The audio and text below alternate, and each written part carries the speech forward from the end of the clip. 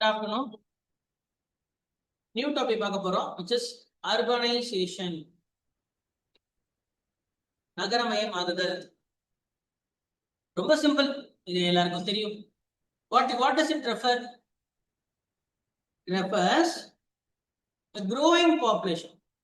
எதை குறிக்குது? ஒரு வளரும் மக்கள் தொகை சதவிகிதத்தை குறிக்குது. Growing proportion of population. Growing proportion of population.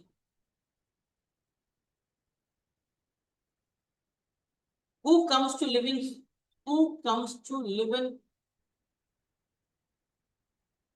in cities? அதாவது ஒரு இடத்துடைய மக்கள் தொகை அதிகரிக்கலை. மக்கள் தொகை அதிகரிப்பதை இது குறிப்பிடலை. ஒரு குறிப்பிட்ட சதவீதமான மக்கள் நகரத்துல வாழ குமிரதை குறிப்பிடுது. தமிழ்நாட்டுடைய 8 கோடி மக்கள் தொகை அதிகரிக்கல. நகரமயமாதல் எதை குறிக்குதுன்னா, ஒரு குறிப்பிட்ட இடத்துல மட்டும் நிறைய மக்கள் குமிரதை குறிப்பிடுது. Growing proportion of population who comes to live in cities. இது ஒரு உலகளாவிய சம்பவம், குளோபல் பினாமினன். இந்தியால மட்டும் இல்ல, தமிழ்நாட்டுல மட்டும் இல்ல, உலகம் ஃபுல்லா நடக்குது. இது சமுதாயத்தை பாதிக்கும். It affect society. இதனால பாதிப்பு அப்படின்னா இருக்குமானா கண்டிப்பா இருக்கு. சுற்றுச்சூழலை பாதிக்கும், என்விரான்மெண்ட்டை பாதிக்கும்.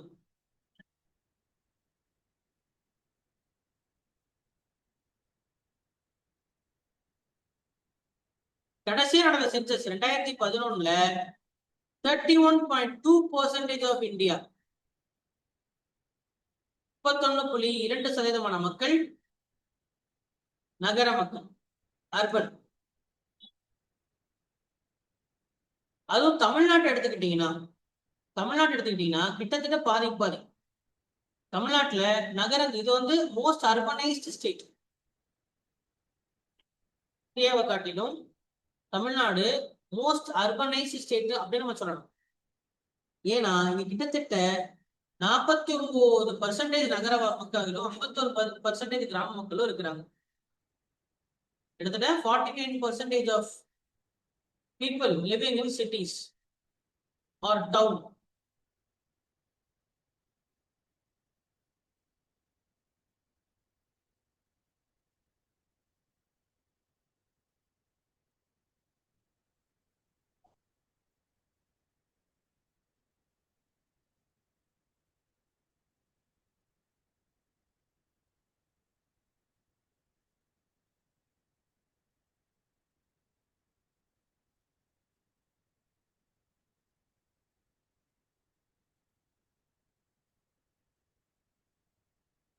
அர்பன் செட்டில்மெண்ட்ஸ், நகர குடியிருப்புகள். நகர குடியிருப்புகளை எப்படி வகைப்படுத்தலாம்? கிளாசிபிகேஷன். நகர குடியிருப்புகளை எப்படி வகைப்படுத்தலாம் அப்படின்னா, ஃபர்ஸ்ட் சென்சஸ் டவுன், சென்சஸ் நகரம், அட்லீஸ்ட் 5,000. அண்ட் மக்கள் தொகை அடர்த்தி, population density 400 per square kilometer.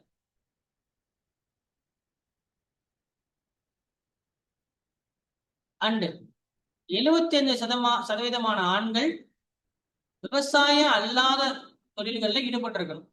நான் அக்ரிகல்ச்சரல் பர்சூட்ஸ், விவசாயம் அல்லாத மற்ற தொழில்களில் ஈடுபட்டிருக்கணும். இப்ப இதைத்தான் ஒரு சென்சஸ் டவுன் அழைக்கிறாங்க. What is a census town? 5000 மக்கள் தொகை இருக்கணும். மக்கள் தொகை அடர்த்தி சதுர கிலோமீட்டருக்கு 400 இருக்கணும். 75% ஆண்கள் விவசாயம் அல்லாத மற்ற பிற தொழில்களில் ஈடுபட்டிருக்கணும். அடுத்தது ஸ்டாச்சுட்டரி டவுன்.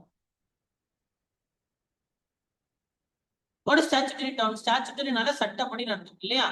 சட்டப்படி உருவாக்கப்பட்ட நகரம். அப்புறம் என்ன அர்த்தம்?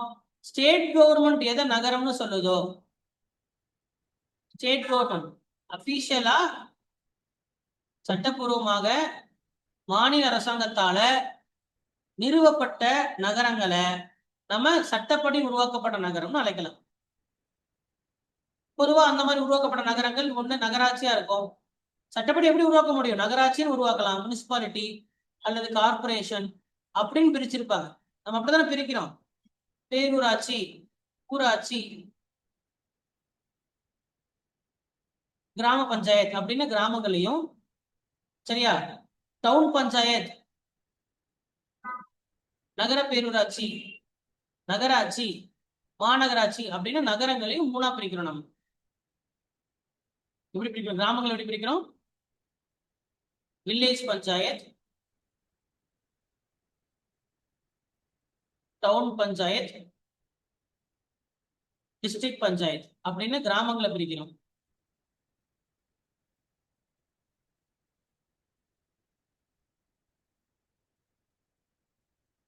இங்க என்ன பிரிக்கிறோம்? Corporation,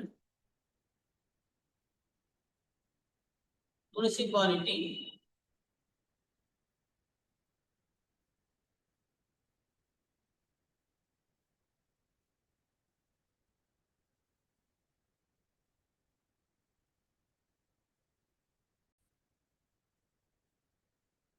down panchayat.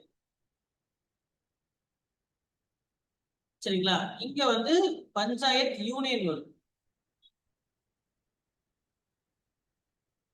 Panchayat union, கிராம பஞ்சாயத், பஞ்சாயத்து ஒன்றியம். தமிழ்ல கிராம பஞ்சாயத்து, பஞ்சாயத்து ஒன்றியம், மாவட்ட பஞ்சாயத்து. இங்க மாநகராட்சி, நகராட்சி, பேரூராட்சி, பேரூராட்சி, டவுன் பஞ்சாயத்து. அப்போ இந்த மாதிரி இதுல இது மூணுமே பாத்தீங்கன்னா மாநில அரசாங்கத்தால உருவாக்கப்பட்ட நகர்ப்புறங்கள். மாநில அரசாங்கத்தால் உருவாக்கப்பட்ட நகர்ப்புறங்கள்,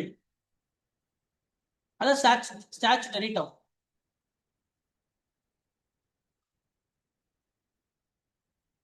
அடுத்து பாத்தீங்கன்னா சேட்டிலைட் டவுன். மூணாவது சேட்டிலைட் டவுன் அப்படின்பாங்க. What is satellite town? ஒண்ணும் இல்லை, ஒரு மிகப்பெரிய நகரம் இருக்கு, லார்ஜ் அர்பன் சிட்டி இருக்குன்னா இந்த லார்ஜ் அர்பன் சிட்டி ஃபுல்லா டெவலப் ஆயிடும். அந்த லார்ஜ் அர்பன் சிட்டியை பக்கத்துல இருக்கக்கூடிய குட்டி குட்டி நகரங்களை சேட்டலைட் டவுன் சொல்லுவாங்க. இது நெக்ஸ்ட் டெவலப் ஆயிட்டு. இன்னும் சொல்ல போனா ஒரு பெரிய மாநகரம் இருக்கும், சென்னை மாநகரம் இருக்கும். சென்னை மாநகரம் ஃபுல்லா டெவலப் ஆயிருக்கும். ஆனா அதை சுத்தி இருக்கக்கூடிய கும்மிடிப்பூண்டி, அதுக்கப்புறம் பாத்தீங்கன்னா உங்களுக்கு வந்து தாம்பரம் அப்படின்ற சிட்டி அவுட்டர்னு சொல்லுவாங்க. ஆனா காலப்போக்கில் அது என்ன ஆயிட்டு இருக்கும்? அதுவும் டெவலப் ஆயிட்டு இருக்கும். அந்த மாதிரி இருக்கக்கூடிய நெக்ஸ்ட் அர்பன் அப்படின்றதான் அடுத்து மிகப்பெரிய மாநகரம் அப்படின்றமாக உருவாக்கக்கூடிய மாநகரங்களை ஒட்டி இருக்கக்கூடிய அண்டை நகர பகுதிகளை நம்ம சேட்டலைட் டவுன் அப்படின்னு அழைப்பாங்க.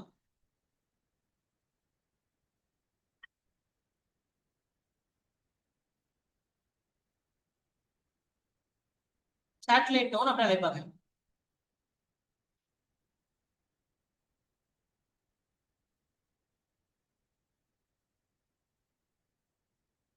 அடுத்தது இது ஒரு வார்த்தையா? அடுத்து சப் அர்பனைசேஷன். என்னது? Sub sub urbanisation. இது என்னது சார்? இது என்ன வகை அப்படி கேட்டீங்கன்னா, இந்த ப்ராசஸ்ல அர்பன் ஏரியா, நகர்ப்புறங்கள் வெளிப்பகுதிகளை வளரும், க்ரோஸ், வெளிப்புறமாக வளரும், க்ரோஸ் அவுட்வர்ட்ஸ். அதே போல ரூரல் ஏரியாஸ் பிகமிங் அர்பனைஸ்ட், கிராமப்புறங்கள் நகரங்களாக மாறும். இப்போ இது கிராமம், வில்லேஜ், இது நகரம், டவுன் அப்படின்னு வச்சுப்போம். பொதுவா இங்க இருக்கிற மக்கள் இதை நோக்கி, நகரங்களை நோக்கி நகரதை தான் நம்ம அர்பனைசேஷன் சொல்றோமா. இப்ப இங்க 100 பேர் இருக்கிறான், இங்க ஒரு 100 பேர் இருக்கிறாங்க. ஆனா இங்க இருக்கிறவங்க கிளம்பி இங்க இருந்து ஒரு 50 பேர் கிளம்பி இங்க வந்துட்டு 150 மாறிடுவாங்க. இங்க 50 கம்மியாயிடுவாங்க இல்லையா? இதுதானே அர்பனைசேஷன் சொல்றோம். ஆனா சப்பர்பனைசேஷனுங்கிறது அப்படி இல்லை. சப்பர்பனைசேஷனுங்கிறது சரிங்களா, இப்ப இந்த நகரத்தை சுத்தி இந்த டவுன் இங்க இருக்கா, இது வந்து என்ன ஆகும், குரோயிங் அவுட்வர்ட், இதோட சைஸ் அதிகமாகும். சரியா? பக்கத்து பகுதி எல்லாத்தையும் உள்ள உள்ள உள்ள இணைச்சுக்கும்.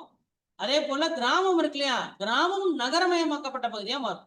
அங்க புதுசு புதுசா வந்து என்ன ஆகும், நகரத்துல கிடைக்கக்கூடிய அடுக்குமாடி வீடுகள், நகரத்துல கிடைக்கக்கூடிய பில்டிங்ஸ், இது எல்லாமே எங்க வந்துடும், கிராமங்கள் வந்து கிராமம் நகரமாகும். கிராமத்துல மக்கள் நகரத்தை நோக்கி போறது நகரமயமாகுதுன்னு சொல்றோம் இல்லையா? அதே போல சப் அர்பனைசேஷன்ங்கிறது கிராமங்கள் நகரங்களை பார்த்து அது தன்னை புதுப்பித்துக் கொள்வது சப் அர்பனைசேஷன் என்று அழைக்கப்படுகிறது. அந்த நகரங்கள் வெளிப்படையாக வளருவது, வெளிப்புறமாக வளர்வது, சைஸ்ல வளரும்.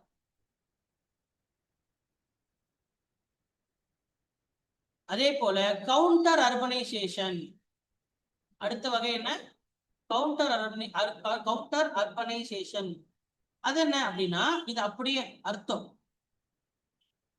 நகர்ப்புற அப்படியே அப்படியே ஆல்டர், நகர்ப்புறத்துல இருந்து கிராமப்புறத்தை நோக்கி நகர்றது கவுண்டர் அர்பனைசேஷன். கவுண்டர் மாற்றி மாற்றி நடக்கும். நகரப்புறமே தலைகீழா நடக்கும். தலைகீழ் நகரமயமாகுதல் கூட சொல்லலாம். வியாபாரத்துக்காக வேண்டியும் நல்ல அமைதிக்காக வேண்டியும் சில நேரத்தில் என்ன பண்றாங்க, கிராமப்புறத்துல இருந்து மக்கள் எங்க நகர்றாங்க, நகர்ப்புறத்துல இருந்து கிராமப்புறத்துக்கு நகர்றாங்க.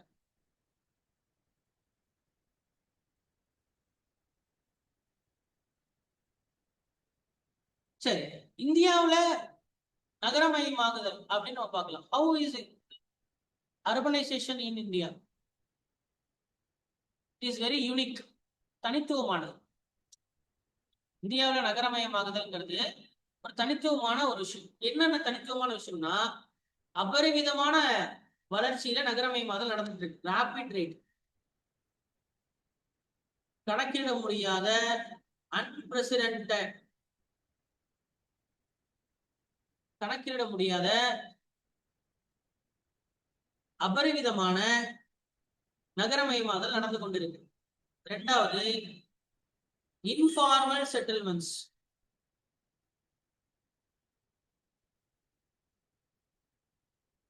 அதாவது நகரம் அப்படின்றது அடுக்குமாடி வீடுகளாக மட்டும் இல்லாமல் குப்பங்கள்ல மக்கள் வாழ தொடங்கிறாங்க.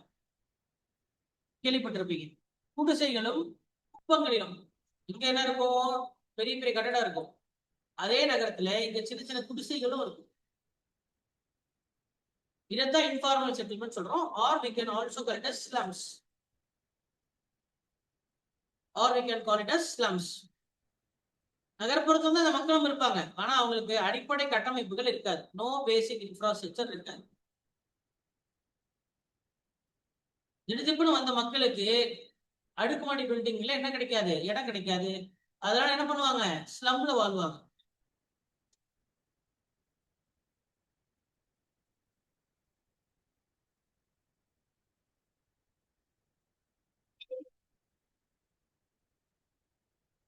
இதைதான் நம்ம சொல்றோம். இப்ப நம்ம பார்க்கக்கூடியது நகரம் தான். இது மும்பை, இது மும்பை. மும்பை மாநகரத்தை தான் நம்ம பார்த்துட்டு இருக்கோம். மும்பை மாநகரம்.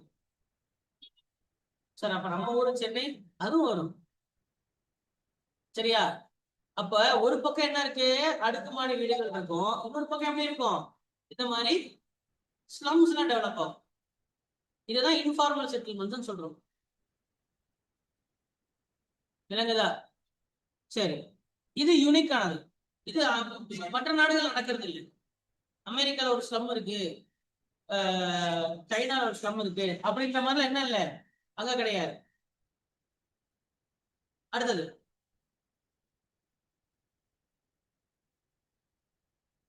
coexistence of ancient and modern city. பழமை வாய்ந்த நகரங்களும் நவீன நகரங்களும் ஒன்றாக இணைந்து இருத்தல். வாரணாசி, ஜெய்ப்பூர், ஹரித்வார், இது போன்ற நகரங்கள்லாம் பல வருஷமா இருக்கு. அதே போல மும்பை, பெங்களூரு, ஏன் நம்ம நீங்க மெட்ராஸ் கூட எடுத்துக்க. மெட்ராஸ்ங்கிறது வெறும் 400 வருஷமா தானே இருக்கு. 1000 2000 ஆண்டுகள் பழமையான நகரங்களும் நமக்கு இருக்கு. 300 வருஷம் பழமையான நகரங்களும் இருக்கு. நான் சொல்றது புரியுதா? அது போல கோ எக்ஸிஸ்டன்ஸ், ஏன்ஷியன்ட் சிட்டிஸும் இருக்கு, மாடர்ன் சிட்டிஸும் இருக்கு. அடுத்தது நம்ம என்ன பார்த்துட்டு இருக்கோம், இந்தியாவில நகரமயமாதலுடைய தனித்துவம். மற்ற நாடுகள்ல நகரமயமாகுதலும் இந்தியாவில நகரமயமாகுதலுக்கும் என்ன வித்தியாசம்னு கேட்கிறேன். நகரமயமாகுதல் இந்தியாவில் நடக்கிறது எதனால? Urbanisation is only due to tertiary sector. மூன்றாம் துறையுடைய வளர்ச்சி தான் இதற்கு காரணமா இருக்கு. மூன்றாம் துறை, tertiary sector, primary sector, secondary sector, tertiary sector. இதுல எந்த 3 துறையில எந்த துறை நகரமயமாதலுக்கு வழிவகுக்குது அப்படின்னு கேட்டா, மூன்றாம் துறையான டெர்ஷரி செக்டர் இதுதான் வழிவகுக்குது. குறிப்பா கம்யூனிகேஷன், தொலைத்தொடர்பு, போக்குவரத்து, கட்டடங்கள், கன்ஸ்ட்ரக்ஷன், சேவைத்துறை, இதெல்லாம் தான் என்ன உருவாக்கும், இந்த மூன்றாம் இதை உருவாக்கும். ஆனா மற்ற நாடுகள் அப்படி இருக்கணுங்கிற அவசியம் இல்லை. அதே போல ஜியோகிராபிக்கல் வேரியேஷன், புவியியல் அமைப்பில் வட இந்தியாவோட தென்னிந்தியா மோஸ்ட் அர்பனைஸ்ட், சவுத் இந்தியாவில் நார்த்தை விட சவுத் என்ன இருக்கு, மோஸ்ட் அர்பனைஸ்டா இருக்கு. அதுவும் இருக்கிற most urbanised state in India எது? தமிழ்நாடு தான். ஜியோகிராபிக்கல் டிஃபரன்ஸ் வேரியேஷன் இருக்கு. வட இந்தியா நகரமயமாதல் ஆகிறத விட தென்னிந்தியால வேகமாக நகரமயமாதல் நடந்துட்டு இருக்கு. சரி, முதல்ல காரணிகள் என்ன? What is the factors? இப்ப நான் சொன்னதெல்லாம் திரும்ப பார்ப்போமா? என்னென்ன பார்த்திருக்கோம் நம்ம? ஃபர்ஸ்ட் நகரமயமாதல்னா என்ன, அடுத்தது நகரமயமாதல் வகைப்பாடு, சென்சஸ் டவுன், ஸ்டாச்சுட்டரி டவுன் அப்படிலாம் பார்த்தோம். ஞாபகம் இருக்கா? இந்தியாவில் 2011 சென்சஸ் எத்தனை மக்கள் நகரப்புறத்துல வாழ்றாங்க? 31.2 சரியா? சென்சஸ் டவுன்னா 5000 பேர் மேல வாழணும், 75% ஆண்கள் விவசாயம் இல்லாத தொழிலை செய்யணும், சரிங்களா? சதுர கிலோமீட்டருக்கு 400 இருக்கணும். அந்த மாதிரி இருந்தா அது நகரம்னு சொல்றாங்க. ஸ்டாச்சுட்டரி டவுனுங்கிறது அரசாங்கமே அறிவித்த பகுதிகளை ஸ்டாச்சுட்டரி டவுன் சொல்லுவோம். சப் அர்பனைசேஷன் என்ன? சப் அர்பனைசேஷன்ங்கிறது கிராமங்கள் நகரமாக மாறுவதும், சரியா, நகரங்கள் வெளிப்புறத்துல வளருவதும். அதே கவுண்டர் அர்பனைசேஷன் என்ன? நகரத்தை விட்டுட்டு கிராமப்புறத்திற்கு மக்கள் நகர்வது, சரிங்களா? பாக்குறோம். அண்ட் இந்தியாவுடைய ஃபியூச்சர் எப்படின்னு கேட்டா, 2050க்குள்ள இந்தியா 50% அர்பனா மாறிடும் அப்படின்னு ஒரு கணக்கு இருக்கு. இப்ப இருக்கக்கூடிய 31.2 அப்படின்றது 2011 இருக்கக்கூடிய இந்த கணக்கு 2050க்குள்ள 50% அர்பனைஸ்டு ஸ்டேட்டா, பாதிக்கு பாதி நகரங்கள்ல தான் வாழ்வாங்க. அப்போ இவ்வளவு 50% யோசிச்சு பாருங்க, பாதிக்கு பாதி மக்கள் நகர்ப்புறத்துல வாழ போறாங்க அப்படின்னா மேற்கூறியவை எல்லாமே நடக்கலாம். புதிய நகராட்சிகள் உருவாகலாம், சென்சஸ் டவுன் அதிகரிக்கலாம், சப்அர்பனைசேஷன் நடக்கலாம், எக்ஸப்ட் கவுண்டர் அர்பனைசேஷன், மற்ற எல்லா விதமான அர்பனைசேஷனும் நடக்கிறதுக்கு வாய்ப்பு இருக்கு. நடக்க வாய்ப்பு இருக்கா இல்லையா? அப்போ முதல்ல இதுக்கான காரணியை நம்ம தெரிஞ்சுக்கிட்டாதான் இந்த பிரச்சனையை என்ன பண்ண முடியும். முதல்ல இதனால என்ன காரணி, இதனால என்ன பாதிப்பு, மேலாப்புல சொல்லிட்டேன். சமூக பொருளாதார பாதிப்பு இருக்கு, சுற்றுச்சூழல் பாதிப்பு இருக்கு நான் சொன்னேன் இல்லையா? அது என்னன்றது நம்ம தெளிவா பார்க்கலாம். ஆனா அதுக்கு முன்னாடி காரணிகள் என்னன்னு பார்க்கலாம். What is the driving force, ஃபேக்டர்ஸ்னு சொல்லலாம் அல்லது டிரைவிங் ஃபோர்ஸ்னு சொல்லலாம். எது முதல்ல இதை உருவாக்குது, எதனால நகர்ப்புறத்தை நோக்கி வராங்க அப்படின்றா, முதல்ல பாத்தீங்கன்னா பொருளாதார காரணிகள், எக்கனாமிக் ஃபேக்டர்ஸ். ஐடி இண்டஸ்ட்ரிலாம் வந்துருச்சு. ஐடி இண்டஸ்ட்ரீஸ் வந்துச்சு, நிறைய வாய்ப்புகள் கிடைக்குது, ஆப்பர்ச்சுனிட்டிஸ் அதிகமா கிடைக்குது நகரங்கள்ல, அதிக ஊதியம் கிடைக்குது, ஹையர் வேஜஸ், கூலி அதிகமா கிடைக்குது. நகரத்துல வண்டி ஓட்டுறதுக்கும் கிராமத்துல ஓட்டுறதுக்கும் நிறைய வித்தியாசம் இருக்கு. கிராமத்துல ஓட்டினா என்ன கொடுப்பான், 50 ரூபா தான் கொடுப்பான். ஆனா நகரத்துல ஓட்டா 150 ரூபா வாங்கலாம். அங்க நிறைய என்ன பண்ணலாம், ஆட்டோ ஓட்டலாம். இப்ப ஆட்டோ ஓட்டுறதுங்கிறதே நகரத்துக்கு உரியதுதான், கிராமத்துல ஆட்டோ ஓட்டுறதுங்கிறதே கிடையாது இல்லையா? ஆட்டோ ஓட்டுறதுங்கிற ஒரு தொழில் புதுசா உருவாகுதுல்ல, ஐடி இண்டஸ்ட்ரின்னு ஒண்ணு உருவாகுதுல்ல. அப்போ மக்கள் என்ன பண்றாங்க, வேலை வாய்ப்பை தேடி, சீக்கிங் எம்ப்ளாய்மெண்ட், வேலை இது இது ஏஜ் ஓல்டு, உங்களுக்கு எல்லாத்துக்குமே தெரியும். வேலை வாய்ப்பை தேடிதான் நகரத்துக்கு போனா பொழைச்சிக்கலாம் அப்படின்னு என்ன பண்றாங்க, ஓடியாராங்க. ரெண்டாவது சமூக காரணி, சோசியல் ஃபேக்டர்ஸ். சரிங்களா? பொருளாதார வாய்ப்புகளை உருவாக்கக்கூடிய நகரங்கள் சோசியல் அண்ட் கல்ச்சுரல் ஆப்பர்ச்சுனிட்டிஸையும் உருவாக்குது. சமூக மற்றும் கலாச்சார வாய்ப்புகளையும் உருவாக்குது. என்னென்ன? அக்சஸ் டு குவாலிட்டி எஜுகேஷன், தரம் வாய்ந்த கல்வி கிடைக்குது குழந்தைங்களுக்கு. என் குழந்தைங்க நல்லா படிக்கும், நல்ல ஆரோக்கியம் கிடைக்கும், ஹெல்த், நல்ல ஹாஸ்பிட்டல்ஸ் இருக்கும், ஃபெசிலிட்டிஸ் நிறைய இருக்கு. இப்ப ஒரு கேன்சருக்கு ட்ரீட்மெண்ட் அப்படின்னா கிராமத்தோட நகரத்துக்கு தான் வந்தாகணும் இல்லையா? நிறைய நோய் நோய் தீர்க்கக்கூடிய அதிநவீன தொழில்நுட்பம் கொண்ட ஸ்கேன் எடுக்கணும் கூட நகரத்துல தான் வந்தாகணும். நகரத்துல ஸ்கேன் சென்டர் பக்கத்துல இருக்கு, தடிக்குள்ள ஸ்கேன் சென்டர் இருக்கும். ஆனா கிராமத்துல உங்களுக்கு இருக்காது. அப்ப நீங்க என்ன பண்ணணும், அங்க வரும். அப்ப சமூக காரணிகள். சரியா? அடுத்தது என்ன, அரசியல் காரணிகள். ரொம்ப டிபிக்கல். நீங்க இங்க பாருங்க, சோசியோ எக்கனாமிக் பொலிட்டிக்கல், இது மூணு தான் காரணமா இருக்கும். நீ அந்த அந்த பாயிண்ட போட்டாலே வேலை முடிஞ்சு. புரியாமலே அதே சோசியோ எக்கனாமிக்கல் பொலிட்டிக்கல் இருக்கு. சரியா? சோ ஏதாவது ஒரு காரணிகள்னா இந்த மூணை போட்டுட்டு யோசிச்சுட்டு அதுக்கப்புறம் உள்ள 2 பாயிண்ட் எழுதி. எப்பயுமே இது இருக்கும், காரணிகள் இல்லாம இருக்க வாய்ப்பே இல்லை. பொலிட்டிக்கல் ஃபேக்டர்ஸ், அரசியல் காரணிகள். அரசாங்கமே இட் என்கரேஜஸ் அர்பனைசேஷன். நகர்ப்புறமாக என்கரேஜ் பண்ணுது. ஸ்மார்ட் சிட்டி அப்படின்னு சொல்லி திட்டம் போட்டிருக்கா இல்லையா? 100 நகரங்களை ஸ்மார்ட் சிட்டிகளாக மாத்துறோம் அப்படின்னு சொல்லி ஸ்மார்ட் சிட்டி இனிஷியேட்டிவ். அப்ப நகரத்தை இன்னும் நகரமயமாக்குறது தான் அதோட திட்டம். சோலார் லேம்ப் போடலாம், வைஃபை கனெக்டிவிட்டி கொடுக்கலாம். சரிங்களா? இந்த மாதிரி என்ன பண்ணுவோம், இந்த மாதிரி அரசாங்கமே என்ன பண்ணுது, இந்தியாவுல 100 நகரங்களை தேர்ந்தெடுத்து அதை ஸ்மார்ட்டா மாத்தணும் நடக்குது.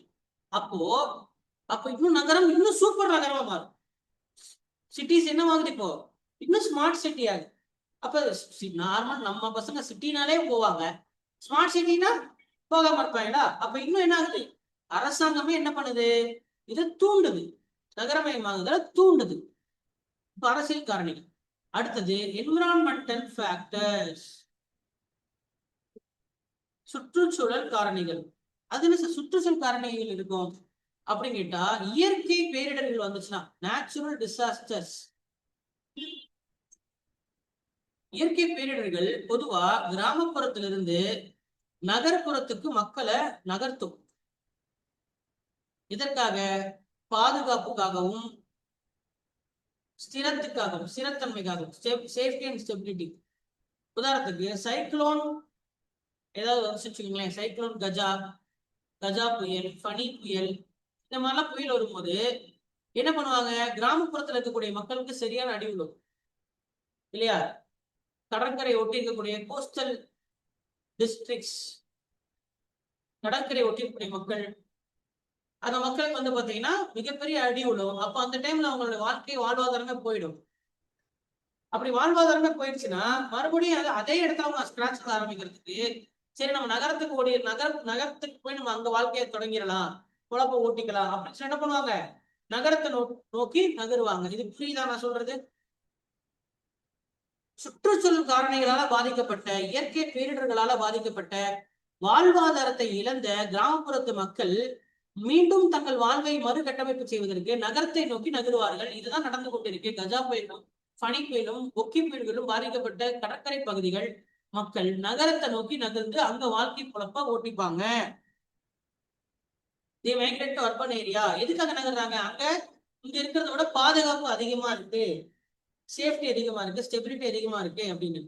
ஆனா இப்ப நகரப்புறங்களையும் சென்னையும் புயல் அடிச்சு ஓடுறதுங்கிறது அது அடுத்தது. பட் வாய்ப்புகள் அதிகம் இல்லையா? ஓகே. அடுத்தது என்னன்னா இன்ஃப்ராஸ்ட்ரக்சர் பாசிபிலிட்டி. உள்கட்டமைப்பு வசதிகளுக்காக.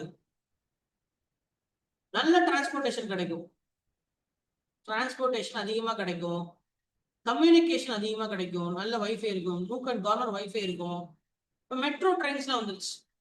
சென்னைக்கு போனீங்கன்னா என்னது metro train, metro rail facility கிடைக்குது. அது அப்போ குவாலிட்டி ஆஃப் லைஃப் என்ன ஆகுது, இன்க்ரீஸ் ஆகுது. அப்ப இதெல்லாம் தான் காரணம். என்னென்ன காரணி? சமூக காரணி, பொருளாதார, socio economical, political, infrastructure and environmental reasons.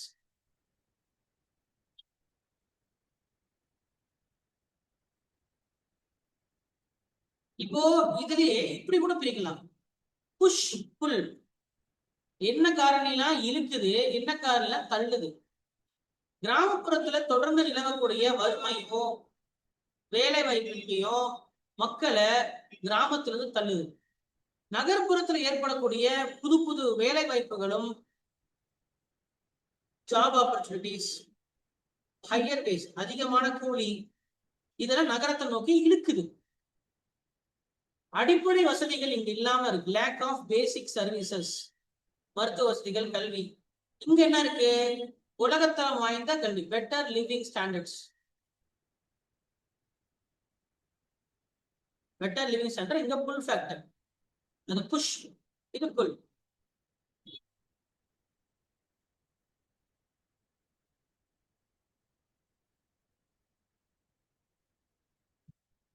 Limited opportunities, இவங்களுக்கு கிடைக்கக்கூடிய வாய்ப்பு இங்க கம்மி தான். ஆனா இங்க அக்சஸ் டு டெக்னாலஜி, அதிநவீன தொழில்நுட்பம் கிடைக்கும். ஏன் நீங்க 5G கிடைக்கணும்னுமே கிராமத்தை நோக்கி தான். நெக்ஸ்ட் 6G வருதுன்னா 6G எங்க கிடைக்கும், சிட்டில தான் கிடைக்கும். கிராமங்கள்ல 5G தான் இருந்துருக்கும். அப்படிதானே மண்ண நடந்துச்சு. அப்ப அக்சஸ் டு டெக்னாலஜி, புதுசாக புதிதாக ஒரு தொழில்நுட்பம் வருதுனாலும் நவீன வாய்ப்புகள், நவீன அமைப்புகள், மாடர்ன் அம்யூனிட்டிஸ், இதெல்லாம் நகரங்கள்ல தான் கிடைக்கும்.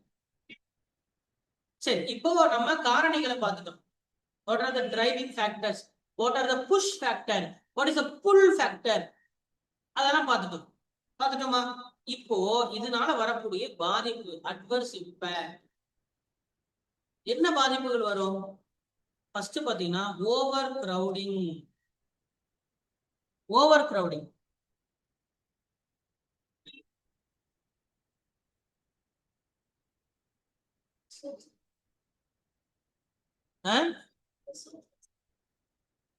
S,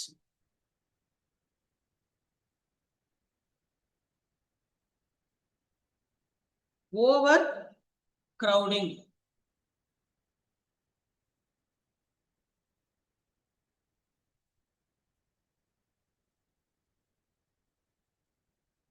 change in dynamics, change in culture. கிராமத்துல இருந்து நகர்ப்புறத்துக்கு வர்றவங்க அந்த கலாச்சாரத்தை அவங்க மாத்திடுவாங்க. ஏன் குடும்பமே மாறும், சரிங்களா? குடும்பமே மாறும். இப்ப கிராமங்கள்ல பாத்தீங்கன்னா அம்மா வீட்டை பார்த்துப்பாங்க, அப்பா வேலைக்கு போவாரு. ஆனா நகர்ப்புறத்துல 2 பேருமே வேலைக்கு போவாங்க, அம்மாவும் வேலைக்கு போவாங்க, அப்பாவும் வேலைக்கு போவாங்க. அப்ப ஹவுஸ் ஹோல்ட் ரெஸ்பான்சிபிலிட்டிஸ் மாறுது. நகர்ப்புறங்கள்ல அப்பாக்களும் குடும்ப வேலைகளை, குடும்ப பணிகளை சுமப்பாங்க. பண்றாங்களா இல்லையா? அப்ப அதனால என்ன ஆகும், ஒர்க் லைஃப் பேலன்ஸ் அப்படின்ற ஒரு புது வேர்டே உருவாகுது, ஒர்க் லைஃப் பேலன்ஸ். கிராமங்கள் அப்படிலாம் ஒரு பேலன்ஸ்லாம் கிடையாது. வேலை முடிஞ்சோன்னா வந்துடுவாங்க, சரியா, ஏங்க என் கூட டைமை ஸ்பெண்ட் பண்ண மாட்டேன்றீங்க அப்படின்லாம் ஒரு வார்த்தையே கிடையாது. ஆனா இப்ப நகர்ப்புறங்கள்ல தான் என்ன இருக்கு, இந்த புது புது வார்த்தைகள் வருது. அப்ப என்ன ஆகுது, கலாச்சாரம் மாறுது, நம்ம குடும்பத்துடைய கலாச்சாரமே மாறுது. ட்ரெடிஷனல் ஜாயிண்ட் ஃபேமிலி இல்ல, இங்க என்ன உருவாகுது, நியூக்ளியர் ஃபேமிலிஸ் கிரியேட் ஆகுது. சரியா, நியூக்ளியர் ஃபேமிலிஸ் அப்படின்றது கிரியேட் ஆகுது. இது என்ன கிரியேட் ஆகும், நம்மளுடைய ட்ரெடிஷன் வீக்கன் ஆகுது. வீக்கனிங் ஆஃப் ட்ரெடிஷன், நம்மளுடைய பாரம்பரியம் இதுல என்ன ஆகுது, வலுவிழக்குது. தனிமையை உணர்றாங்க எல்லாருமே, சென்ஸ் ஆஃப் ஐசோலேஷன். எல்லாரும் ஒன்னா கூட இருக்கிறோம், ஆனா யாரும் இங்க ஒன்னா இருக்கிறது இல்லை, தனிமையா தான். நிறைய மக்கள் வாழலாம், ஆனா எல்லாரும் தனித்தனியா தன்னந்தனியா வாழ்ந்துட்டு இருக்காங்க. தனித்தனியா தன்னந்தனியா வாழ்ந்துட்டு இருக்காங்க. அது மட்டும் இல்லாம ஜெண்டர் பேஸ்ட் வயலன்ஸ் உருவாகுது. பெண்களுக்கு எதிராக அநீதி நடப்பது நகரங்கள்லயா கிராமங்கள்லயா? கிராமங்களே நடக்கும், சரியா. ஆனா அது கேள்விப்பட்டதா இருக்கும். அதை விட நகர்ப்புறங்கள்ல ஒரு சாதாரண நடக்கக்கூடிய ஒரு விஷயம், ஒரு பஸ்ல டிராவல் பண்றது அப்படின்ற மாதிரி இருக்கட்டுமே, இல்ல ஒரு ட்ரெயின்ல டிராவல் பண்றதா இருக்கட்டுமே, இல்ல என்னதான் வளர்ச்சி அடைஞ்சிருந்தாலும் கிராமங்கள் வளர்ச்சி அடையல, அதனால அந்த இடத்துல அந்த பிரச்சனைகள் நடக்குது. காலங்காலமாக பெண்களுக்கு எதிராக நடந்த விஷயங்கள் நடக்குது, அநியாயம் நடக்குது. ஆனா வளர்ந்த நகரங்களே என்ன ஆகுது, ஒரு பிரச்சனை ஜெண்டர் பேஸ்டா இருக்கு. ஒர்க் பிளேஸ் செக்ஷுவல் ஹராஸ்மெண்ட்னு ஒண்ணு இருக்கு. பணி செய்யும் இடத்துல என்ன இருக்கு, பணி செய்யும் இடத்தில் பாலியல் சீண்டல்கள் அப்படின்றது இருக்கு. அதனாலதான் 100 பேர் வேலை செய்யக்கூடிய இடத்துல கண்டிப்பா பெண்கள் இருந்தாங்கன்னா இன்டர்னல் கம்ப்ளைண்ட்ஸ் கமிட்டி அப்படின்னு ஒரு தனியா ஒரு அமைப்பை உருவாக்கணும். இன்டர்னல் கம்ப்ளைண்ட்ஸ் 100 பேருக்கு மேல வேலை செய்யக்கூடிய இடத்துல கண்டிப்பா என்ன இருக்கணும், இன்டர்னல் கம்ப்ளைண்ட்ஸ் கமிட்டி ஐசிசி அப்படின்ற ஒரு குழுவை அந்த நிறுவனம் உருவாக்கி இருக்கணும். என்னதான் குழந்தைகளுக்கு வாய்ப்புகளும் நல்ல ஆரோக்கியமும் நல்ல கல்வியும் கிடைச்சாலும் குழந்தைகளுக்கு அதே நகரங்கள்ல தான் குழந்தை தொழிலாளிகளும் அதிகமா இருக்கிறாங்க. ஸ்ட்ரீட் வெண்டர்ஸ், தண்டு வண்டி வியாபாரிகள் எல்லாம் செய்யறாங்க பாத்தீங்களா, அதுல குழந்தைகள் வேலை செய்யலையா என்ன? அதுவும் நடக்கதான் செய்யுது. சரி, கிராமங்கள்ல தான் சாதிகள் இருக்குன்னு பார்த்தா நகர்ப்புறங்களையும் சாதிகள் இருக்கு. Even cost exist in urban areas. வரும்போது சாதியவே தூக்கிட்டு வந்துட்டானுங்க. சரியா? எப்படி உருவாகுது, குறிப்பா வீடுகள், ஹவுசிங். இந்த இந்த ரோடா, இந்த ரோட்ல இவ்வாளுகள் தான் இருப்பாங்க, இந்த ரோடா, இந்த ரோட்ல இவங்க தான் இருப்பாங்க அப்படின்னு கட்டமைப்புகள் உருவாகும் போதும், சரியா, குடியிருப்புகள் உருவாகும் போதும் எப்படிதான் நடக்குது, சாதி அடிப்படையில பிரிவின் அடிப்படையில தான் உருவாகும். உண்மையா இல்லையா?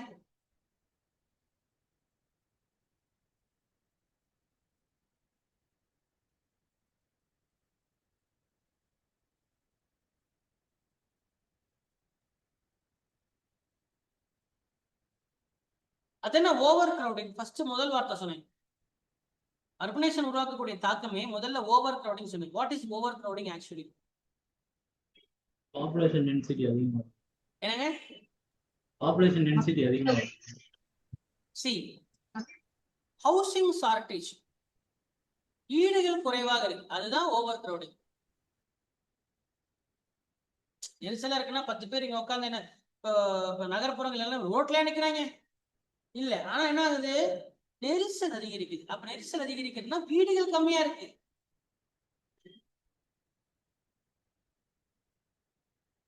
எப்படி இருக்கும் அப்படின்னா, ஒரு சின்ன ஸ்பேஸ்க்குள்ள 4-5 மக்கள் வாழ்வாங்க, 4 to 5 people வாழ்வாங்க.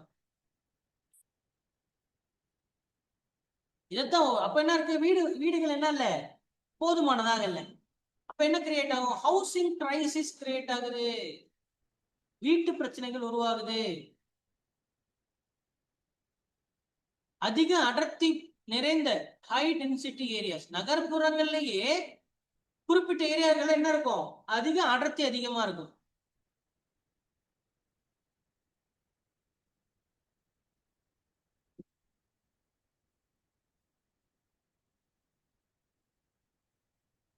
பேருக்கு நகரம், ஒரு குறிப்பிட்ட இடத்துல சூப்பரா பப்ளிக் ஸ்பேஸ், இன்ஃப்ராஸ்ட்ரக்சர் எல்லாம் வசதியா இருக்கும்.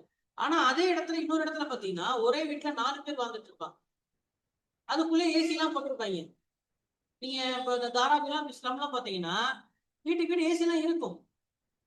இந்த வீட்டுல இந்த மாதிரி சின்ன சின்ன பொட்டி பொட்டியா இருக்குது இல்லையா, இதுல 3 பேர் 4 பேர் வாழ்வாங்க. ஷவர் இருக்கும், எல்லா ஃபெசிலிட்டி இருக்கும். ஆனா எல்லாம் குட்டி குட்டியா மினியேச்சர் சைஸ்ல இருக்கு. சரிங்களா? அப்ப என்ன ஆகுது, இங்க பாருங்க சுத்தி இந்த இடத்துல இப்ப நீங்க இது இந்த பஸ்ஸும் போகாது, நல்லா கவனிங்க, இது உள்ள பஸ்ஸும் போகாது, ரோடும் இல்ல, இல்லையா? நாளைக்கு ஏதோ ஒரு புக்கிங் பண்ணாங்க இந்த இடத்த, ஏதாவது தண்ணி வசதி கொடுக்கறதுனால ஓகே, கிச்சி கிடையாது. Just think the quality of life. This is Mumbai. This is Mumbai. This is Chennai. This is Delhi.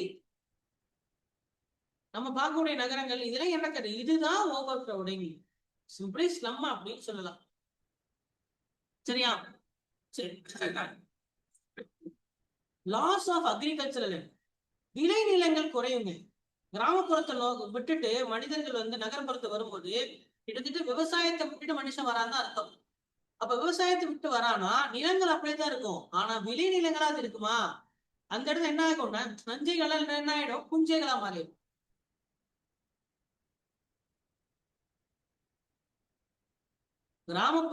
கிராமத்துல இருந்து ரூரல் விட்டு அர்பனுக்கு வரக்கூடியனா ரூரல்லையும் அக்ரிகல்ச்சர் லேண்ட் கம்மியாகும். அதே மாதிரி அர்பன் டெவலப் ஆகுதுன்னா இப்ப இந்த நகரம் இந்த சைஸ்ல இருந்துச்சு, இப்ப என்ன ஆகுது, இப்ப பி ஏங்கிற ஏரியா இப்ப வளர்ந்து இப்ப பி அப்படின்ற மாநகரமா மாறுது. அப்ப ஏவை சுத்தி இருக்கக்கூடிய விளைநிலங்கள் அதுவும் போயிடும்.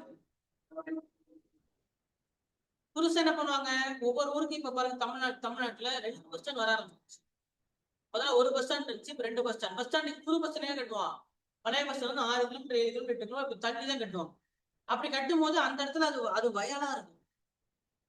சரிங்களா? நாமக்கல்லாம் பஸ் ஸ்டாண்ட் கட்டும் போது முதல்ல போகும்போது 8 எருமாடு கிராஸ் பண்ணி போயிட்டு இருந்துச்சு. இந்த இடத்துல இந்த இடத்துக்கு பார்த்தா இந்த பக்கம் வயக்காடு, இந்த பக்கம் வயக்காடு, வயலு. 2 வயலுக்கு நடுவுல தான் பஸ் போய் பார்த்தா பஸ் ஸ்டாண்டு.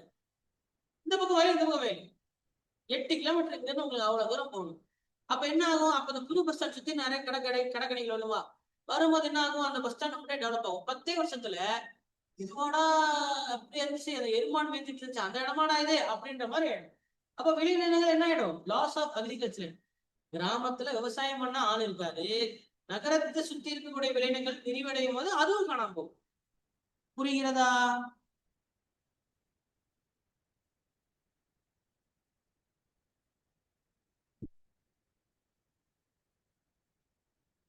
அடுத்தது டிராபிக்.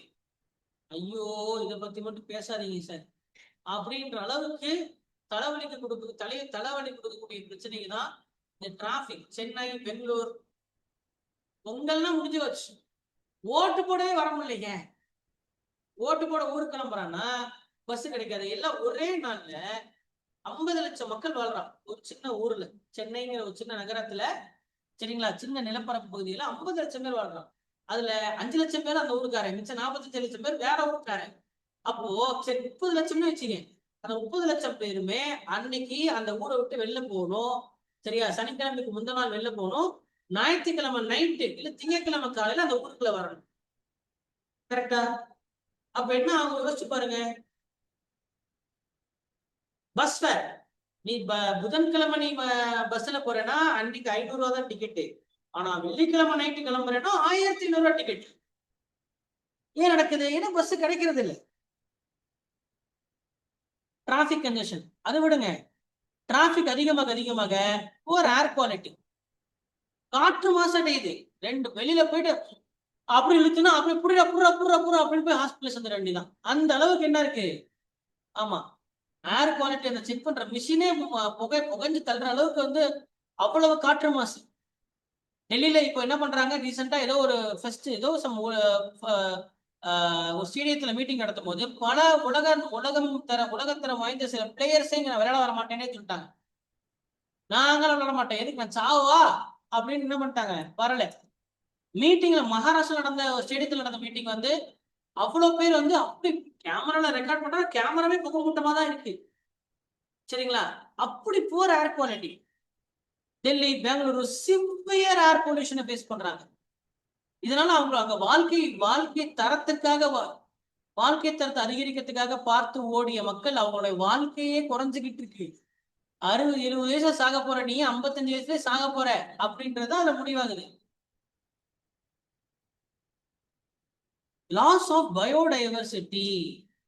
விளைநிலங்கள் போகுது ஒரு பக்கம் இருக்கட்டும், காடுகள் என்ன ஆகும், அது சுத்தி இருக்கக்கூடிய காடுகள் என்ன ஆகும், இயற்கை அங்க இருக்கக்கூடிய நேச்சுரல் ஹேபிட்டேட்ஸ், குளங்கள், குட்டைகள், கம்மாய்கள், அதெல்லாம் என்ன ஆகும்.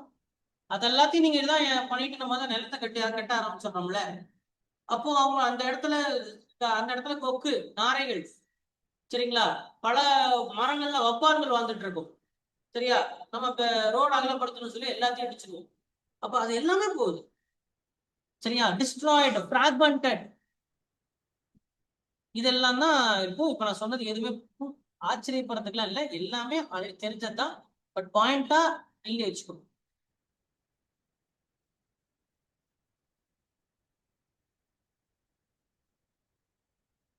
அவனே சொன்னது போல நகர்ப்புறங்கள் என்ன உருவாகுது அப்படின்னா சாதிகளும் புது புது பிரிவினர்கள் உருவாகுது. அதுதான் கெட்டோவைசேஷன் அப்படின்னு சொல்லுவாங்க. கெட்டோவைசேஷன்னா நகரத்துல ஒரு புது குரூப் உருவாகுது. அதுதான் கெட்டோஸ் அப்படின்னு சொல்லுவாங்க. நைபர்ஹுட்ஸ் நைபர்ஹுட்ஸ்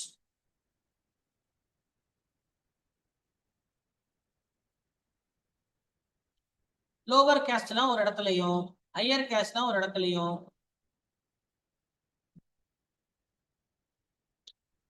ஃபெசிலிட்டிஸ்லாம் என்ன ஆகும், சிட்டியில வந்து புதுசு புதுசா என்ன ஆகும்னா இடங்கள் வந்து கிரியேட் ஆகும்.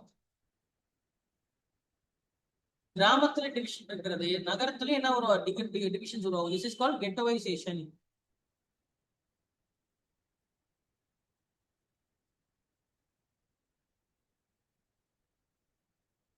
அண்ட் அது கேட்டட் கம்யூனிட்டிஸ்னே சொல்லுவோம். புது புது வார்த்தைகள் யூஸ் பண்ணுவோம். சாதி பேரை சொல்ல மாட்டானுங்க, என்ன சொல்லுவானுங்க, வார்த்தைகள் யூஸ் பண்ணுவாங்க. கேட்டட் கம்யூனிட்டிஸ் அப்படிமா. அப்படின்னு அந்த வீட்டுக்கு போக முடியாது. அந்த வீதிக்குள்ளே நீ போக முடியாது, இது கேட்டட் கம்யூனிட்டிங்க அப்படின்னு. ரோடெல்லாம் இருக்கும், ரோடு வீடு எல்லாம் இருக்கும், வீட்டுக்கு வீடு காம்பவுண்ட் இருக்கும். ஆனா சுத்தி ஒரு பெரிய கேட்டை போட்டு வெளியில ஒரு வாட்ச்மேனை போட்டுருவானுங்க. அந்த அந்த அந்த ஃபுல் கேட்டு கிட்டத்தட்ட உள்ள உள்ள 100 வீடு இருக்கும். 100 வீடுக்குள்ள ஃப்ரண்ட் ஒரு பெரிய காமன் கேட் போட்டுருவாங்க, அதுக்கு ஒரு வாட்ச்மேனை போட்டுருவாங்க. அப்போ அந்த 100 வீட்டுக்குள்ள இருக்கிறவங்க எல்லாம் கண்டிப்பா ஒரு சாரி நபர்களா தான் இருப்பாங்க இல்லையா? வேற ஆளுக்கு அங்க நிலைமை கொடுக்க மாட்டான். அவன் அந்த வீட்டை வித்துட்டு வேற ஆளுக்கு போறனாலும் அவங்க சாதியினர் தான் கொடுப்பாங்க. இது சாதி இழப்பினம் தான். ஆனா புது வார்த்தை என்ன, அதனாலதான் நாங்க பிரிவினைகள், சமூக பிரிவினை, சாதிய பாகுபாடுன்னு சொல்லாம நம்மளும் புது வார்த்தையில சொல்றோம், கெட்டோவைசேஷன். சரியா? என்ன பேரு? கெட்டோவைசேஷன். இதெல்லாம் சோசியல் இன்இக்வாலிட்டி கிரியேட் ஆகுது. அடுக்குமாடி வீடுகள்ல என்ன பண்ணுவாங்க, அது அங்கேயும் அப்படித்தான். சரியா? அடுக்குமாடி வீடுகள் என்ன ஆகும், கேட்டட் கம்யூனிட்டிங்கிறது வில்லாசமா இருக்கிற வீடு. அடுக்குமாடி வீடு ரெசிடென்சியல் காம்ப்ளெக்ஸ் உருவாக்கிட்டு எல்லாமே அதுக்குள்ளே எல்லாமே இருக்கும். ஸ்விம்மிங் பூல் இருக்கும், நடந்து போறதுக்கான இடம் இருக்கும், குட்டி சூப்பர் மார்க்கெட் இருக்கும், ஹேர் சலூன் இருக்கும், உனக்கு தேவையான எல்லாமே இருக்கு, நீ வெளியிலே போக வேண்டாம். சரியா? அதே மாதிரி இந்த இடத்துக்கு இடங்கள்ல பாத்தீங்கன்னா குறிப்பிட்ட சாதிகளுக்கு என்ன பண்ணுவாங்க, வீடு வாடகை போடுறதா இருக்கட்டும் எல்லாமே அவங்களுக்கு மட்டும்தான் வாய்ப்புகள் கொடுப்பாங்க. டக்குன்னு என்ன பண்ண, திடீர்னு ஒரு ஒரு மீன் மீன் வண்டி, மீன் கடை உள்ள வண்டி, மீன் வாங்கறதுக்கு இல்ல கறி விற்கிறதுக்கு வந்தாலும் இல்ல இல்ல ஐயோ நாருப்பா அப்படின்ட்டுருவாங்க. இப்ப புரோட்டீன் அது சோயால இருக்கு அப்படின்ட்டுருவாங்க, பன்னீர்ல இருக்கு அப்படின்னு சொல்லிடுவாங்க. அப்ப என்ன ஆகும், இது செக்டேரியன் தான்.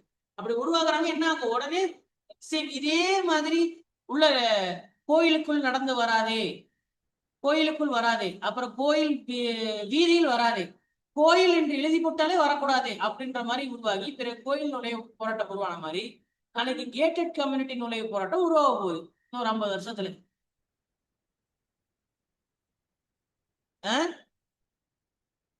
சரி, என்னதான் அந்த கவர்மெண்ட் பண்ணும் பாவம், நடக்கிறதுலாம் பிரச்சனை தான், புரியுதுதான், என்ன பண்ண.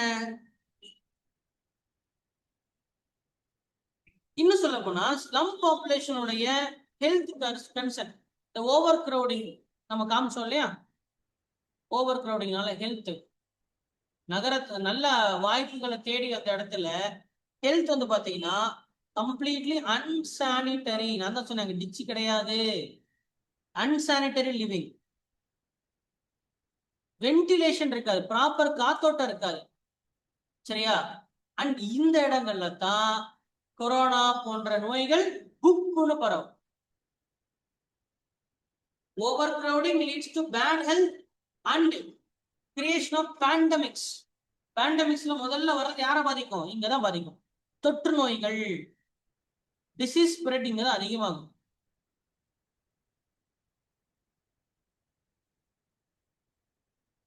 இந்த மாதிரி இடங்கள்ல தான் டிபி அதிகமா இருக்கும், நிமோனியா அதிகமா இருக்கும், காலரெல்லாம் போகவே போகாது, வயிற்றுப்போக்கு நோய்கள்லாம் எல்லாம் இருக்கும், எல்லாமே இருக்கும். அண்ட் இந்த மாதிரி ஓவர் கிரௌடிங்கா இருக்கிறது அது ஒரு பாவர்ட்டி கல்ச்சரையே உருவாக்குது. நியூ வார்த்தை, வறுமை ஒரு கலாச்சாரம் ஆயிடுச்சு. அந்த பகுதியில வாழக்கூடிய நபர் அவங்களுடைய வாழ்க்கை தரத்தை உயர்த்தவே முடியாது. ஒரு ரோடோ வீடோ எதுவுமே செய்ய முடியாது. ஒண்ணு நீ அதை விட்டு வெளில போ. அவங்க எல்லாம் ஒரு ஒரு இதா நபரா இருப்பாங்க. அண்ட் பொலிட்டிக்கல் ஆப்பர்ச்சுனிட்டி அதில் உருவாக்கிப்பாங்க.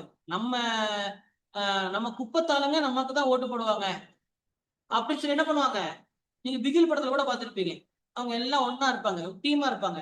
அப்ப அந்த இடத்த விட்டு அந்த வாய்ப்பு போயிருமேன்னு சொல்லிட்டு அந்த இடத்துல அதை சகிச்சுக்கிட்டு வாழ்வாங்க. தொழில் செய்யறதுக்கு அடுக்குமாடி வீடுகளுக்கு போவாங்க. ஆனா மறுபடியும் அவங்க வந்து என்னது, அந்த இடத்துல அந்த கல்ச்சர் உருவாரு, பாவர்ட்டி கல்ச்சர் கிரியேட் ஆகுது ஸ்லம் ஏரியாஸ்ல.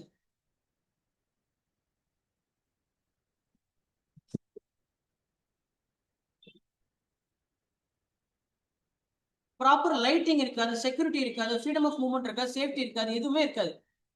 ஆனா அவங்க எல்லாம் நகர்ப்புற மாநகரங்கள் என்று அழைக்கப்படக்கூடிய நகரங்களை தான் வாழ்வாங்க.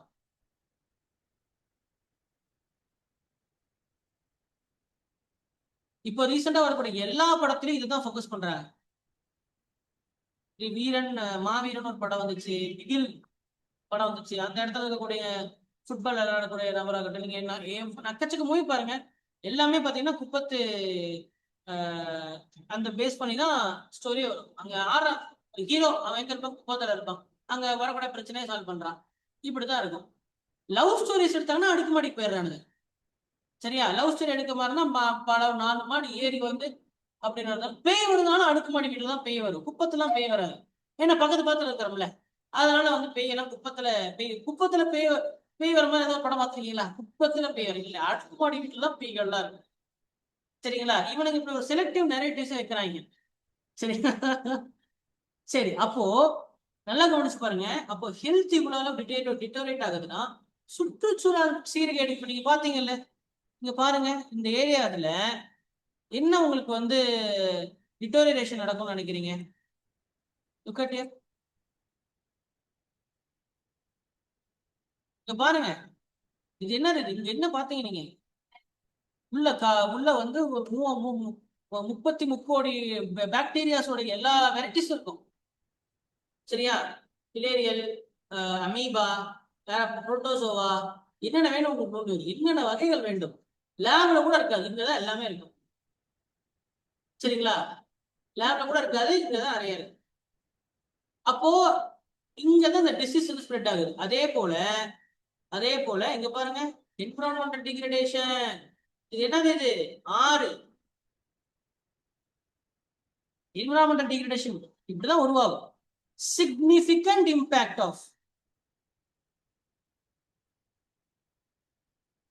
முக்கியமான பாதிப்புகள் உருவாகும். இண்டஸ்ட்ரியல் வேஸ்ட், தொழிற் கழிவுகள், அன்ட்ரீட்டட் சீவேஜ், சுத்திகரிக்கப்படாத கழிவுகள், இது எல்லாமே என்ன ஆகும்னா கம்ப்ளீட்லி அன்ஃபிட் ஆயிடும்.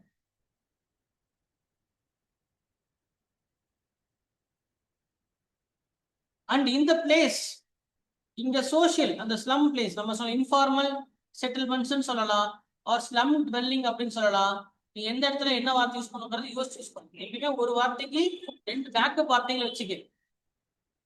ஸ்லம் அப்படின்னு சொல்லலாம், also you can call it as informal settlements அப்படின்னு சொல்லலாம். சரியா, இங்க சோசியல் இஷ்யூஸும் இருக்கும். ஜுவனைல் டெலிக்வன்சி நீங்க பார்க்கலாம். ஜுவனைல் டெலிக்வன்சி தமிழ் என்ன, சிறார் குற்றவாளிகளை பார்க்கலாம். ஏன் மாஸ்டர் படம் எடுங்க, மாஸ்டர் படத்துல வந்து நம்ம விஜய் என்ன பண்ணுவாரு, எல்லாத்தையும் திருத்துவாரு இல்லையா? அந்த இடத்துல அது நகரம் தானே. அந்த குழந்தைகள் குற்றவாளி இருக்கிறது எந்த இடத்துல இருக்காங்க இல்லையா? ஜுவனைல் டெலிக்வன்சி நம்ம பார்க்கலாம்.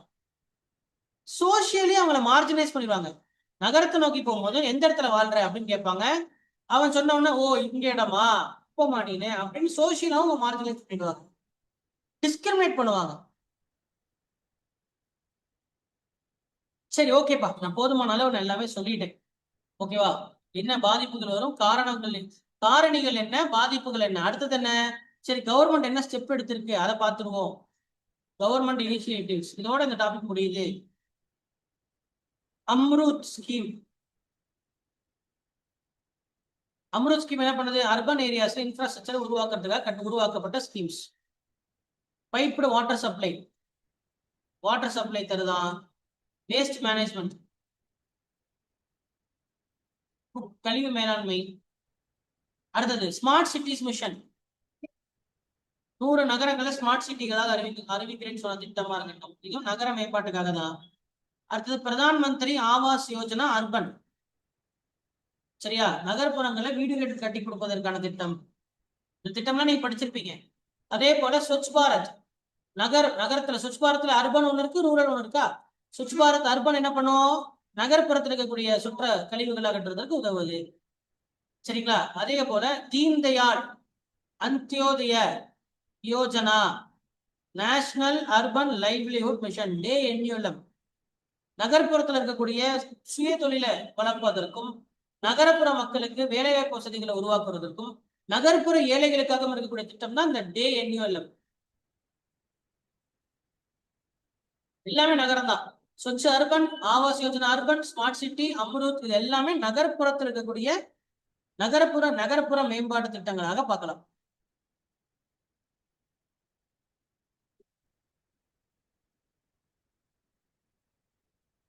ஸ்வச் பாரத் 2014 வந்துச்சு, ஸ்மார்ட் சிட்டி 2015 வந்துச்சு, அம்ருத் 2015, NULM வந்து 2013, ஸ்வச் வந்து 2014, ஆவாஸ் யோஜனா 2015. ஓகேவா? அம்ருத் 2015.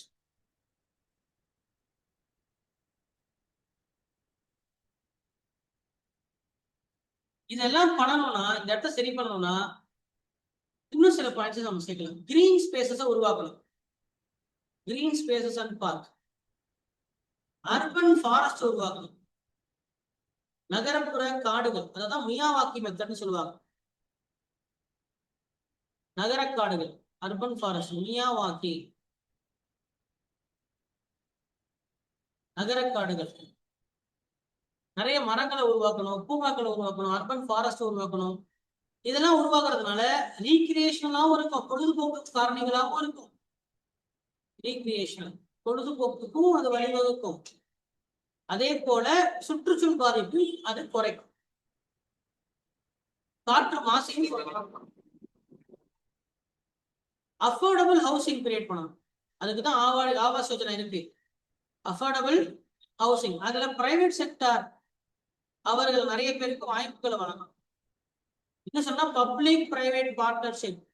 இந்த விஷயத்த முழுக்க கவர்மெண்ட் மட்டுமே செய்ய முடியாது. தனியாரும் அரசாங்கமும் இணைந்து செயல்பட்டாதான் இத கொண்டு வர முடியும்.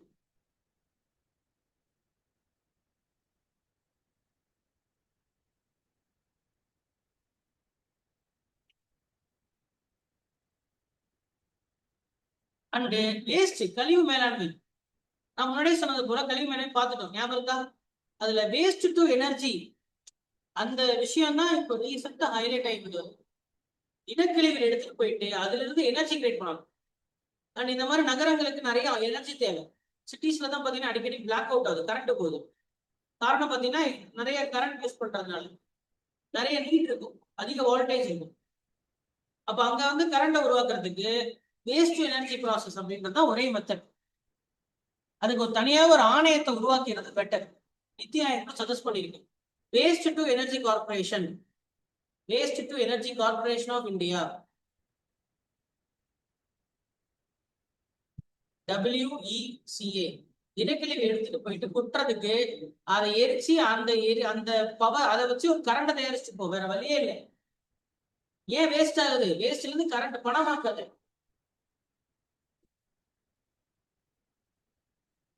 இந்த பணமாக்கிட்டா பிரச்சனை சால்வ். அதை கவர்மெண்டே செஞ்சுட்டு கரண்ட் இல்லைன்னு தானே சொல்றீங்க.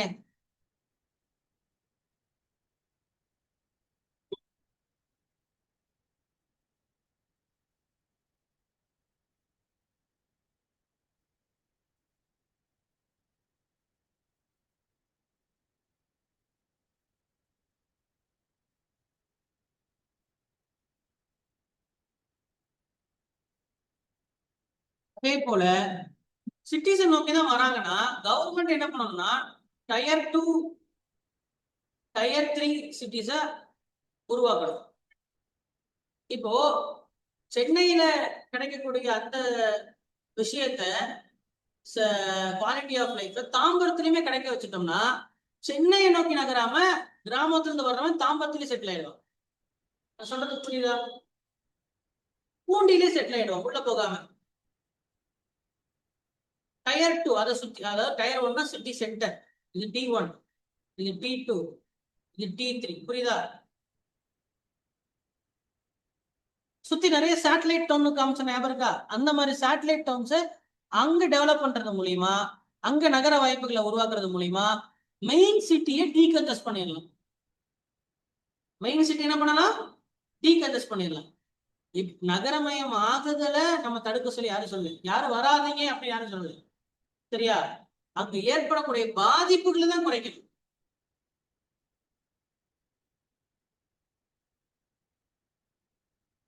இங்க வர ஏற்படக்கூடிய பாதிப்புகளையும் சீர்கேடைகளையும். அப்ப சேட்டலைட் சிட்டிஸை உருவாக்கணும். டயர் 2 டயர் 3 சிட்டிஸை உருவாக்கணும். சரியா? பேலன்ஸ் பண்ணணும் அந்த இடத்த.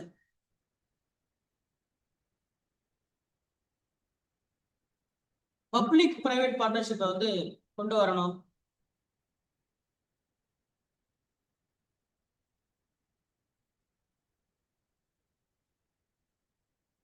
சஸ்டைனபிள் சிட்டி, நீடித்த வளர்ச்சி கொண்ட சஸ்டைனபிள் சிட்டி, நீடித்த வளர்ச்சி கொண்ட வரணும். அப்ப இதுக்கு ஒரு கோல் வரணுமே. எஸ்டிஜி கோல் எந்த கோல் வரும்? எஸ்டிஜி கோல்ஸ்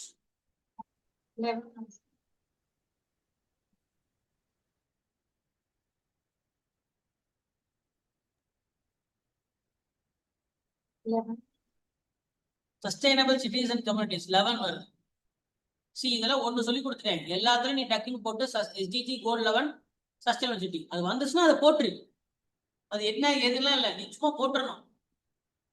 பிரசன்ட் பண்றது அதுலதான் மேட்டர், சமாச்சாரம் இருக்கு. இன்னும் அதை இன்னும் கத்துக்காம இருக்கீங்க. அதெல்லாம் கத்துக்கணும். அவ்வளவுதான், சின்ன டாபிக், சட்டுன்னு முடிச்சு. Urbanisation policy planning programmes Tamil Nadu.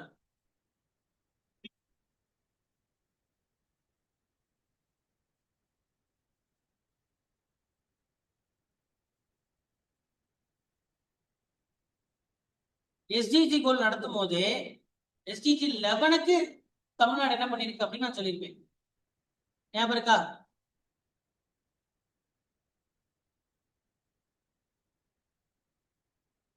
சொன்னா ஞாபகம் இருக்கா இல்லையா?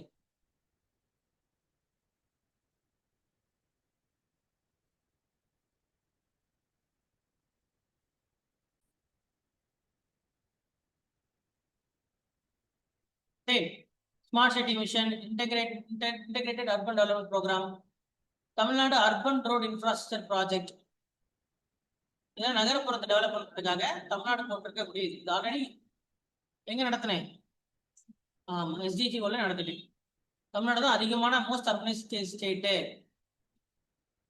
சரியா? கிட்டத்தட்ட 49% நகர்ப்புறத்துல வாழ்றாங்க. இங்க இருக்கக்கூடிய மக்களுக்கு ஆரோக்கியம், சுகாதாரம், பாதுகாப்பான குடிநீரை கொடுக்கணும். கிரியேஷன் ஆஃப் லா, இந்த என்ன நகர்ப்புற வாழ்க்கை வறுமையையும் நகர்ப்புறத்தில் இருக்கக்கூடிய குப்பங்களையும் அதிகப்படுத்துது. குறிப்பா சென்னை, கோயம்புத்தூர், மதுரை, அதுக்கப்புறம் திருச்சிராப்பள்ளி இந்த பகுதிகளில் இதை எல்லாத்தையும் கம்மி பண்ணணும். Tamil Nadu urban habitat development board ஒன்று இருக்கு. சரியா? PM ஆவாஸ் யோஜனா அர்பன் இருக்கு. ஞாபகம் இருக்கா அதெல்லாம் நடத்துனது? ஸோ அங்கிருந்து நீங்க பாயிண்ட்ஸ் என்ன பண்ணணும், எடுத்துக்கணும். ஸ்லம் ஃப்ரீ தமிழ்நாடு உருவாக்கணும். Slum free Tamil Nadu. குவமில்லா, குடிசைகள் இல்லா தமிழகத்தை உருவாக்கணும்.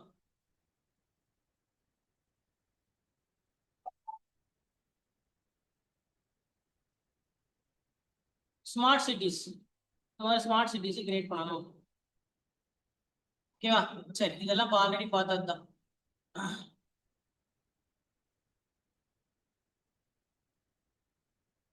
ஓகே.